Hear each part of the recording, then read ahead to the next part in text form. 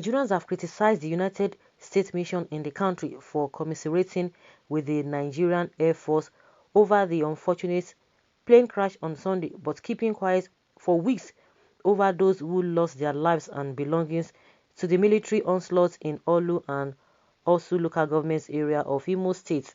The U.S. mission in Nigeria on Sunday tweeted about the military aircraft crash, expressing its sincere condolences. The United States expressed sincere condolences to the Nigeria Air Force, family members, and all Nigerians for the loss of life in today's aircraft crash, it said in the tweet. The NFA on Sunday confirmed 7 of its personnel on board a Beechcraft King Air B33501 aircraft dead when the jet crashed at the Nnamdi Azikiwe International Airport, Abuja. The aircraft en route to Minna in Niger State crashed close to the runway of the airport after reporting engine failure. But Nigerians tackled the U.S. mission on its Twitter handle for keeping quiet while the military and the Eastern Security Network conflict raged in the Orlu communities in Imo State in the 3rd week of January, leading to loss of lives and property.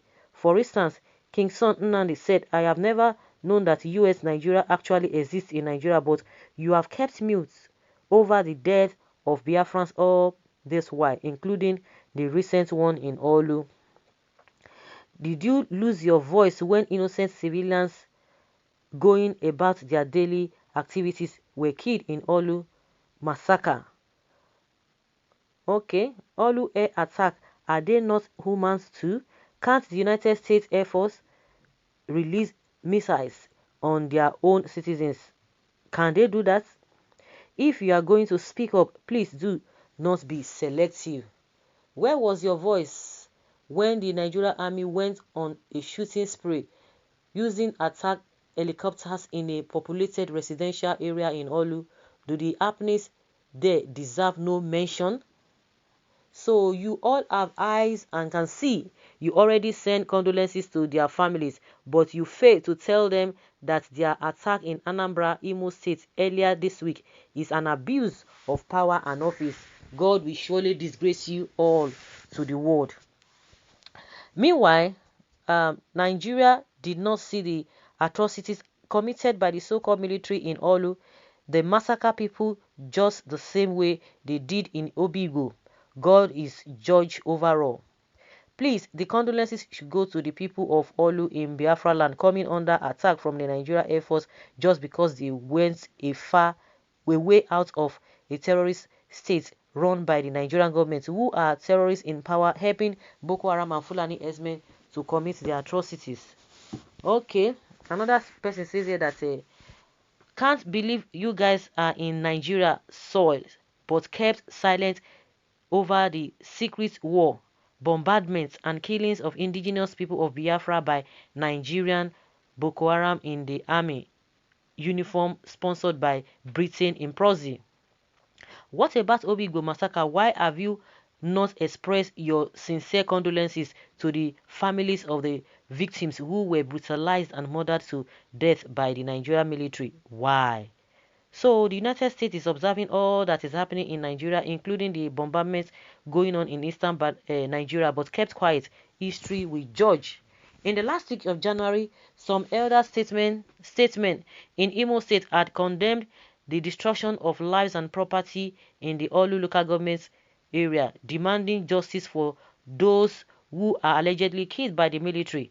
The release was signed by Okechukwu Nwaguma, Victoria Ibezim Ohahere, Dr. Sam Amadi, Fabian Okoye, Stanley Ibe, Dr. Walter Duru, Tony Okpara, Chidi Igwe, and Ogechi Ike. Oh, wow. They are saying that the release, we are worried that the current situation in Orlu has put the lives, property, and livelihoods of innocent families and residents of the affected communities at great risk and inconveniences. People have been forced to flee their homes and many displaced, including poor families who depend on the daily income for their livelihoods. Considering the outcomes of similar reprisal military attacks in the past from the Odi massacre to Zaki Biam, and recently the military onslaught on residents of Oyigbo River State. We fear that similar fate may befall innocent residents in Orlu. Just last October, a reprisal attack by officers of the 34 Artillery Brigade of Nigerian Army during the violence that trailed the EXÞ0S protests left 5 persons dead and others injured in Unwarubu, Mbolotu in Imo State. The dead and the injured are yet to get justice. The current massacre in Orlu adds to the list of extrajudicial killings in Imo perpetrated by military forces without anybody held to account. Imo communities are crying for justice, they had said.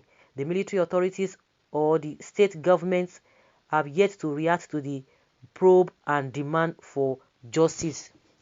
You know, if we want to dig down to the roots of this whole problem, the question is that the IPOB and the Eastern Security, where will be their problem? Where will be their offense?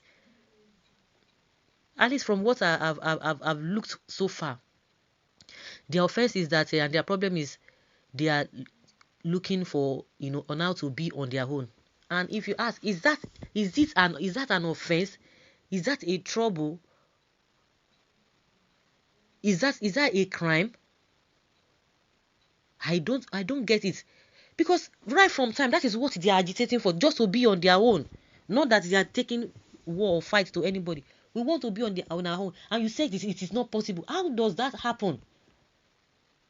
How does that happen? People have talked about restructuring. If those who are talking about we have to be together, let everybody take care of their zone. And the federal at the federal level, which is what they are talking about, a regional government or restructuring. But they don't want it. Is it a crime to have that? I don't just understand it. But now, with the incident, that's it to tell you that nobody is going to help anybody. No international community is going to help anybody. Because they can only try to come and tell you one thing, or maybe they are interested in one thing because there's something they want to get from you. You think they love the Nigerian government? No, it's because of what they are getting. So it is a clear indication that nobody is ready to help anybody. But all this Esme Wahala, that is evidence. Nobody can deny it. Nobody, they are not saying anything. Even the army too could not even come out in their drone, in their numbers, to be fishing out those who are in the forest. I think they should be able to go.